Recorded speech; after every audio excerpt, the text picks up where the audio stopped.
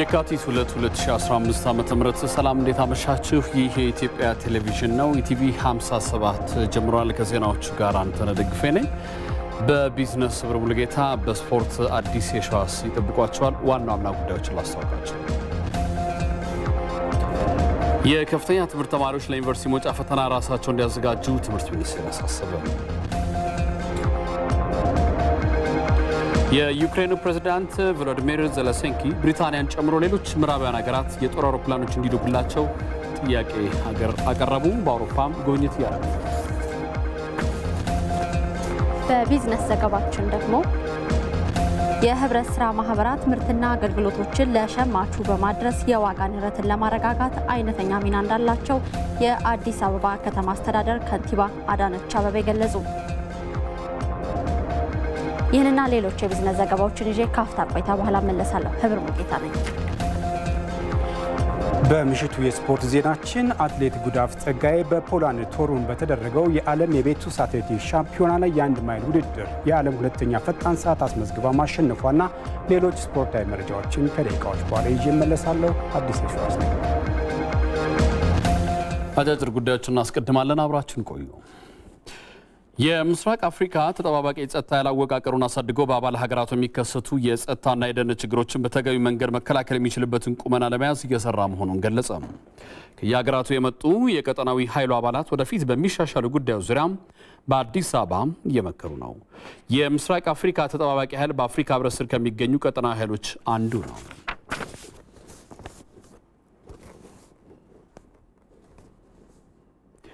ኢትዮጵያና የአውሮፓ ህብረት በሰብአዊ መብቶች ዙሪያ ትብብራቸውን እንደሚያጠናክሩ ገለጹ።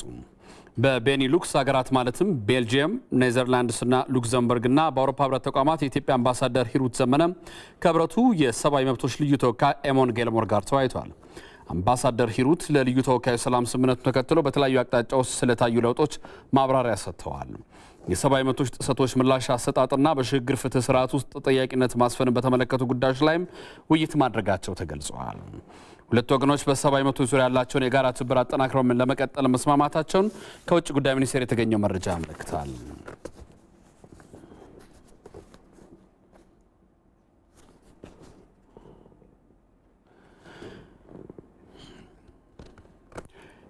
ኢትዮጵያ የመጀመሪያውን የበካይ ጋዝ ልቀት ቅነሳ የግዢ ማዕቀፍ ስምምነት ከዓለም ባንክ ጋር ተፈራረመች። በዚህም ለደን እንክብካቤና ጥበቃ እንዲሁም ምቹ የመሬት አጠቃቀም ካርበን ልቀት ለመቀነስ የሚያግዝ እስከ 40 ሚሊዮን የአሜሪካ ዶላር ድጋፍ ተመድቧል። በተጨማሪም 15 ሚሊዮን ዶላር ለፕሮግራሙ የመጀመሪያ ምዕራፍ ስምምነትም ተፈርመዋል። ፕሮግራሙ እንደ አውሮፓውያን አቆጣጠር እስከ 2029 ድረስ የሚዘልቅ ሲሆን ከጥር 2022 እስከ ታህሳስ 2024 ድረስ የደን መጨፍጨፍና የመሬትና የደን መራቆትን በመከላከል የካርበን ልቀትን ለመቀነስ ለሚደረገው ጥረትም ለሚሳተፉ የማህበረሰብ ክፍሎች ከ40 ሚሊዮን ዶላር ውስጥ 80% ይመደባል ነው የተባለው። በኦሮሚያ ክልል በፈረንጆቹ ታህሳስ 2017 ጀምሮ የፕሮግራሙ ትግበራ እንዲሁም የእንስሳት እርባታ ዘርፍ ላይ ለውጥ ለማምጣት የሚያስችል ወደ 18 ሚሊዮን የአሜሪካን ዶላር መመደቡ ተገልጿል። ስምምነቱን የገንዘብ ሚኒስትር አህመድ ሺዴና በዓለም ባንክ የኢትዮጵያ፣ ኤርትራ፣ ሱዳንና ደቡብ ሱዳን ዋና ዳይሬክተር ኦስማን ዳዮኔ መፈራረማቸውን ከገንዘብ ሚኒስቴር ያገኘነው መረጃ ያመለክታል።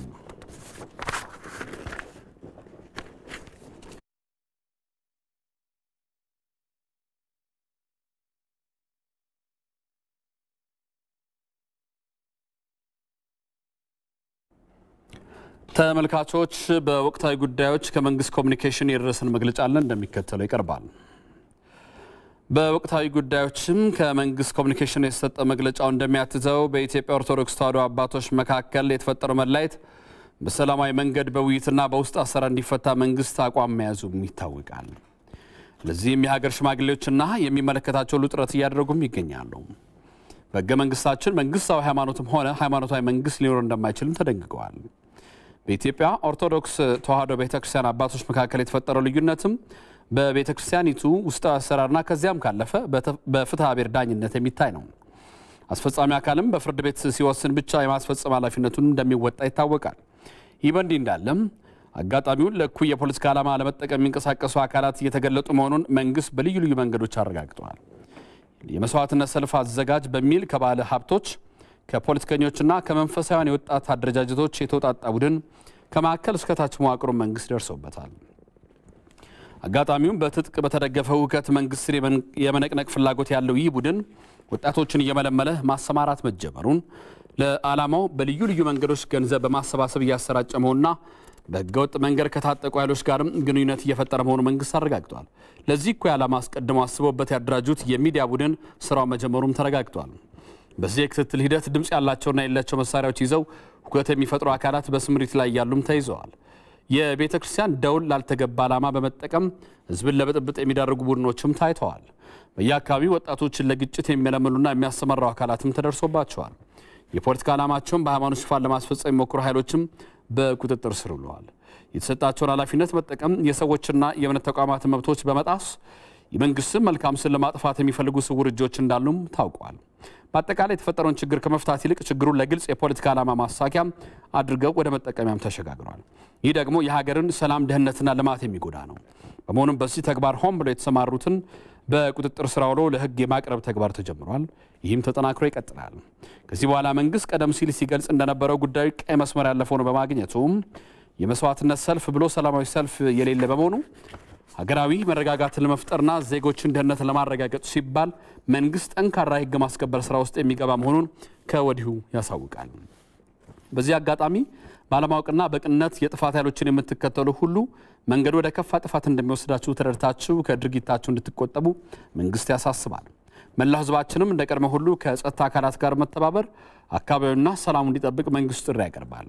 ህጋዊና ህገ መንግስታዊ ስርዓቱን በመናድ በአቋራጭ በማንኛውም አይነት ጉልበትና ሁከት እኮ የፖለቲካ ፍላጎትን መሳካት አይችልም። የካቲት 2 ቀን 2015 ዓ.ም አዲስ አበባ የኢፌዴሪ መንግስት ኮሚኒኬሽን አገልግሎት።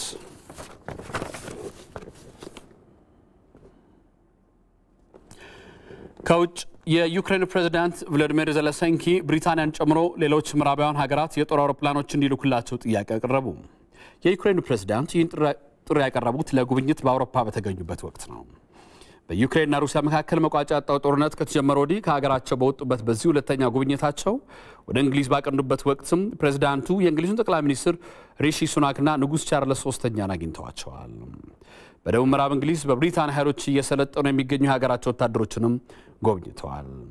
እንደ ስካይ ኒውስ ዘገባ ዜሌንስኪ በአውሮፓ ፓርላማ ተገኝተው ንግግር ያደረጉ ሲሆን የአውሮፓ መሪዎችን ስለ ድጋፋቸው አመስግነው ዩክሬን ለአውሮፓ ጭምር እየተፋለመች መሆኑንም ተናግረዋል።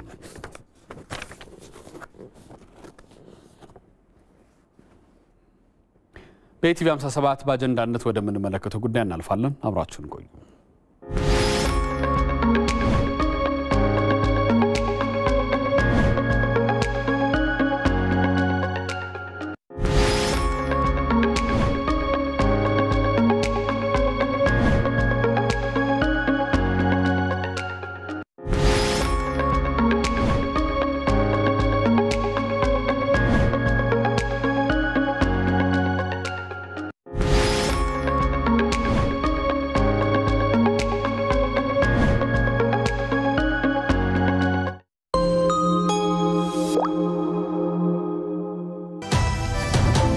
የኩሊት ንግዴን አሻሽዬ ህይወቴን ለመቀየር ከማን ልበደር? ነዳጅ ለመቅዳት ብር ጎደለ፣ ምን ተሻለ? አነሰ በዛ ሳልል ከደሞዜ ቆጥቤ ትምህርቴን እንዴት ላሻሽል? ችግርን አቅልሎ ህይወት የሚቀይር አዲስ የዲጂታል ፋይናንስ አገልግሎት በቴሌብር። ቴሌብር መላ የገንዘብ ክፍተትን በክብር የሚሞላ ያለምንም መያዣ የሚያበድር አስተማማኝ መላ። ቴሌብር እንደ ኪሴ ግብይት ላይ እንዳሉ በቂ ገንዘብ ካልያዙ ምንም ሳይጨነቁ የሚፈልጉትን ያዛሉ። የጎደሎትን ብር በቴሌብር እንደ ኪሴ ይከፍላሉ። ቴሌብር ሳንዱቅ ጠብታ ውሃ በርሜል ይሞላል። በቴሌብር ሳንዱቅ በወለድና ያለወለድ ከአንድ ብር ጀምሮ በየዕለቱ መቆጠብ ይቻላል። ቴሌብር መላ ክፍተት የሚሞላ ቴሌብር እንደ ኪሴ የግብይት ዋሴ ቴሌብር ሳንዱቅ ውጥን የሚያደምቅ የፋይናንስ አገልግሎት ለሁሉም ኢትዮ ቴሌኮም።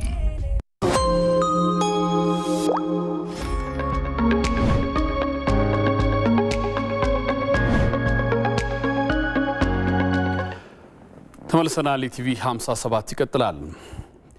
የከፍተኛ ትምህርት ተማሪዎች ለዩኒቨርሲቲ መውጫ ፈተና ራሳቸውን እንዲያዘጋጁ የትምህርት ሚኒስቴር አሳሰበ። በመጪው ሐምሌ ወር ለሚሰጠው የዩኒቨርሲቲ መውጫ ፈተና የፈተና ንድፈ ማሳያ ወይም ብሉፕሪንት እና የፈተና ዝግጅት ስራ በመከናወን ላይ መሆኑን የትምህርት ሚኒስቴር አስታውቋል። የትምህርት ሚኒስትር ዴኤታ ዶክተር ሳሙኤል ክፍሌ በመውጫ ፈተና ዙሪያ ከተማሪዎች ህብረት ተወካዮች ጋርም ተወያይቷል። በውይይቱም የመውጫ ፈተና በመጪው ሐምሌ ወር በኦንላይን ለሁሉም የመንግስትና የግል ዩኒቨርሲቲ ተማሪዎች እንደሚሰጥም ገልጸዋል።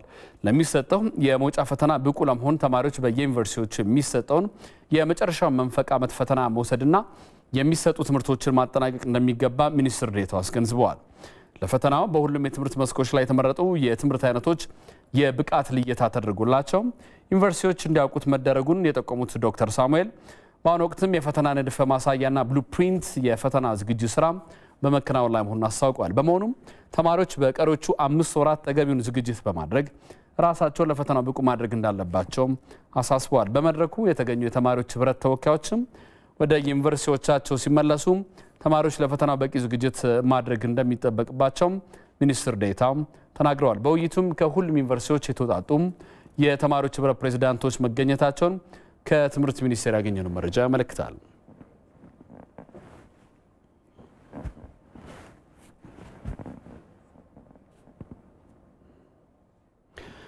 በዚህ ጉዳይ ላይ ተጨማሪ መረጃ እንዲሰጡን ዶክተር አስናቀ ታገለ የባህር ዳር ዩኒቨርሲቲ የትምህርትና ስነ ባህሪ ሳይንስ ዲንን ከባህር ዳር ከሚገኘው ቀጥታ ስቱዲያችን ላይ ጋብዘናል።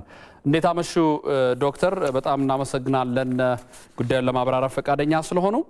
እንግዲህ የዚህ በተለይ የዩኒቨርሲቲ መውጫ ፈተናን ስናነሳ ወይም ኤግዚት ኤግዛም ለኢትዮጵያ አዲስ ነው፣ ግን ዓለም አቀፍ ተሞክሮ ምን ይመስላል፣ ዓለም ላይ ያለው አሰራር ምን ይመስላል የሚለውን ከሱ እንነሳ።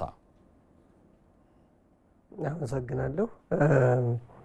የዓለም አቀፍ ተሞክሮ ከተባለ እንደውም ይሄ የመጨረሻ የምርቃት መንፈቅ ዓመት ላይ ሲደርሱ የሚፈተኑት የመውጫ ፈተና ብቻ ሳይሆን ሌላም አይነት ፈተናዎችን ሁሉ ይወስዳሉ።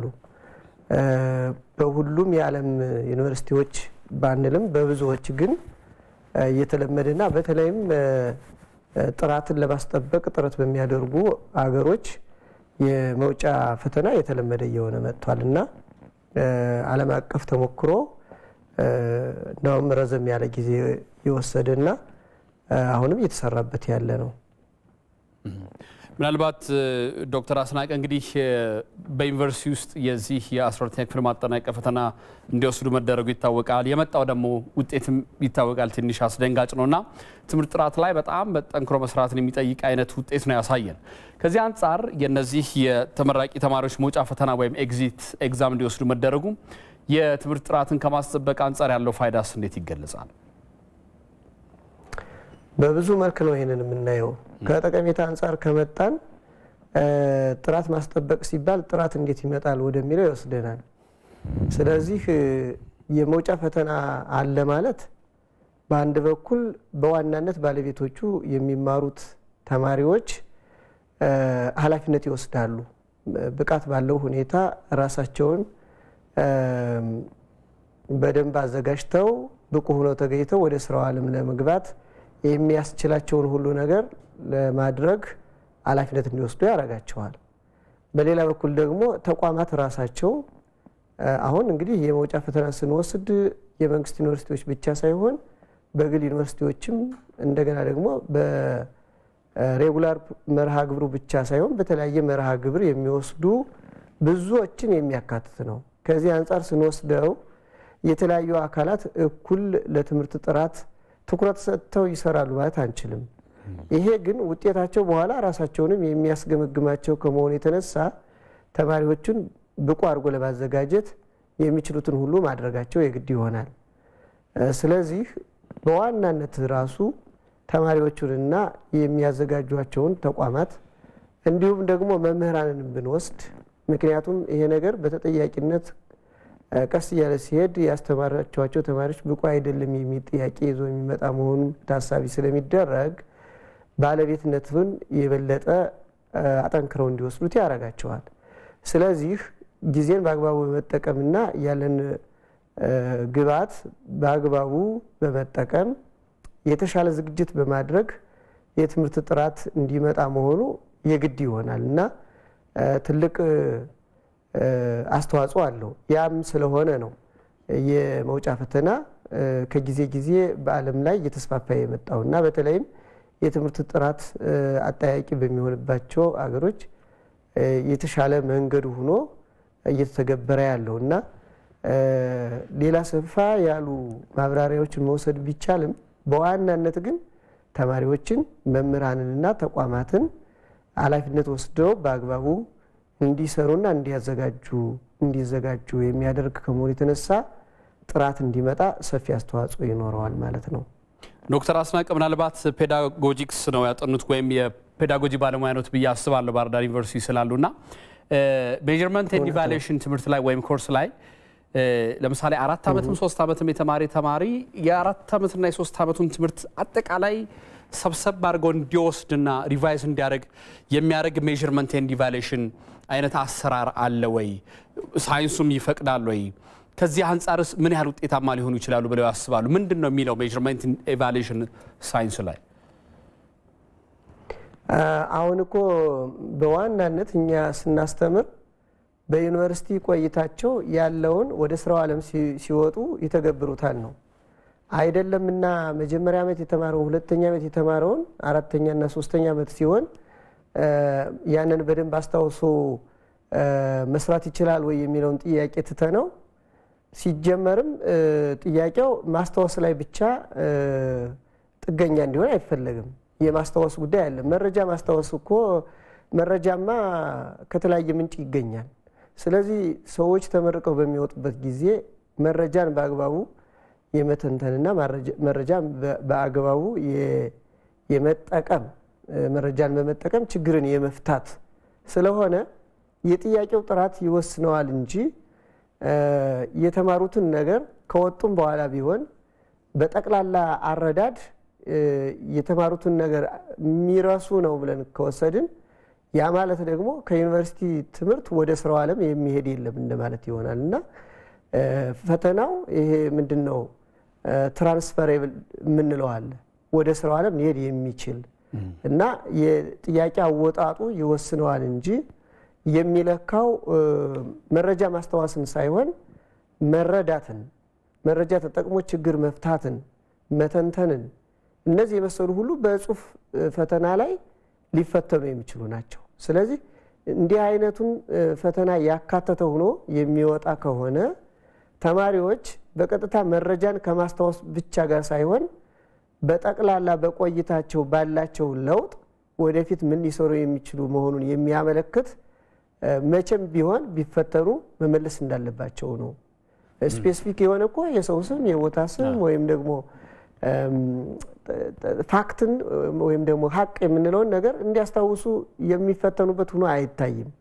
በብዛት የዚህ አይነት ፈተና የሚሆነው የምርጫ ፈተና እንደመሆኑ መጠን ከተሰጠው ውስጥ የትኛው እንደሆነ ችግሩን የሚፈታው የትኛው እንደሆነ ትክክለኛ መረጃ የያዘው መምረጥ መቻል የሚለው በቀጥታ አሁን በማንበብና ያሁን ጊዜ ብቻ የሚያመለክት አይሆንም እና የብዙ ጊዜውን አጠቃሎ ባንዴ መፈተን ተገቢ ይሆናል ወይ የሚለውን ከወሰድን ተገቢ ነው። እንዲያ ባይሆንማ ኖሮ ተመረቀን ስንወጣ ሁሉ ነገር ተረስቷል ስለምንል ወደ ስራ ስንሄድ ምንም ይዘነው ምን ነገር የለም ማለት ነው ያመጣልና መማር ከንቱ ያደርገዋል።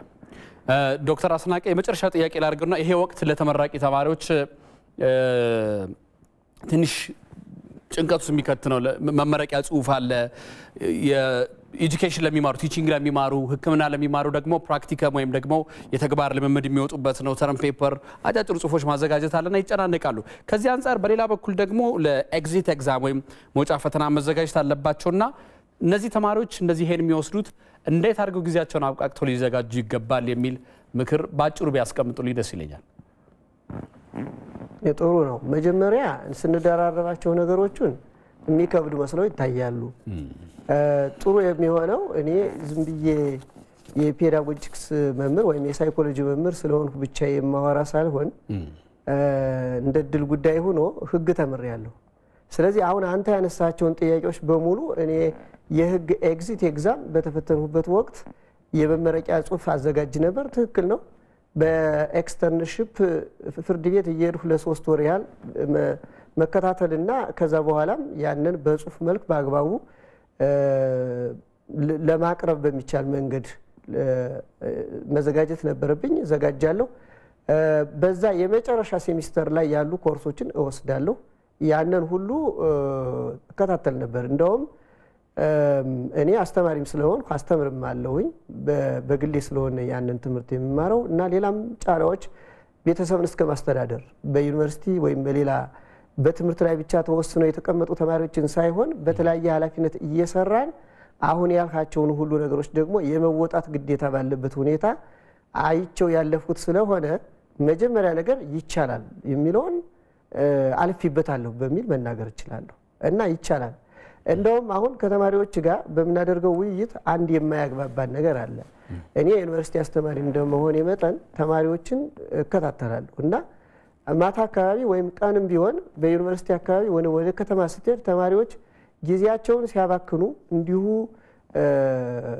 ከቦታ ቦታ በመንቀሳቀስና ግቢ ውስጥም ብትሄድ በማንበቢያ ቦታ በቤተ መጻሕፍት ሳይሆን የትም ጊዜያቸውን ሲያሳልፉ ይቆዩና የፈተና ቀን ዋዜማ በሚባል ጊዜ ሲጨናነቁ እናያለን። ይሄ ጊዜን በአግባቡ ያለመጠቀም እንደውም ደግሞ የሚሰጧቸውን ምክር በትክክል ያለመቀበል ችግርም ይታያል እንጂ አሁን ያለውን ቀሪ 5 ወር ወስደን እንዴት ይዘጋጁበት ካልን 5 ወር ካልክ በኋላ ሲባዛ በ30 ቀን ሲባዛ በ24 ሰዓት ብለህ በሰዓት ልታመጣው ብትል የሚያስደንቅ ነው የሚሆነው። እንደገና ደግሞ አሁን ደፍረን መናገር ያለብን ጉዳይ አለ። ዓለም እኮ አስጨናቂ ናት እንጂ እንደው ዝም ብላ በዋዛ ፈዘዛ የምንኖርባት አይደለም። ከጊዜ ጊዜ በውጥረት እየጨመረ የሚመጣ ዓለም ውስጥ ነው የምንኖረው። ስለዚህ ተማሪዎች ውጥረት ባለበት ሁኔታ ሰርቶ የማለፍን ነገር መለማመድ ነው ያለባቸው እንጂ እንደው ዝም ብሎ በወለም ዘለም አሁን ፈተና ስላለብኝ የጽሁፍ ዝግጅት ስላለብኝ በሚል የሚካሄድ ከሆነ ወደ ስራው ዓለም ሲመጣ ብዙ ነገር አለብኝ በማለት ስራ ሳንሰራ መኖር አንችልም። ተጨናንቆ መስራት ነው ያለው እና እንደውም የበለጠ ሰፊ ጊዜ እንዳላቸው ነው የማረጋግጠው። ይልቁንስ በጊዜ አጠቃቀም ብዙ ምክር ቢሰጣቸውም ልማዳቸው ሊያደርጉት ስላልቻሉ የን ሲያደርጉ አይታይም። በሌላ በኩል ደግሞ የመጀመሪያ ስለሆነ እንደ ህግ ተማሪዎች ቀደም ብሎ የተጀመረ ባለመሆኑ ምክንያት ሌሎቹ በዚህ ዓመት ላይ ተገበር ይችላል የሚልም መዘናገት ያለ ይመስለኛል። እኔ እንዳስተማሪ ሳይሆንና ያንን ተተው በአግባቡ ቢዘጋጁ ያላቸው ጊዜ ይበቃል የሚል አስተያየት አለኝ። በጣም አመሰግናለሁ ዶክተር አስናቀ ታገለ የባህር ዳር ዩኒቨርሲቲ የትምህርትና ስነ ባህሪ ሳይንስ ዲን ከባህር ዳር ስቱዲያችን በቀጥታ ለሰጡ ማብራሪያ መልካም ምሽት፣ ሰላም አዳር። ከኢትዮጵያ ቴሌቪዥን ኢቲቪ 57 ይቀጥላል። በተከታታይ ቢዝነስና ስፖርት ወደ እናንተ ይደርሳሉ። 2 ሰዓት ላይ መልሰን እንገናኛለን። መልካም ጊዜ።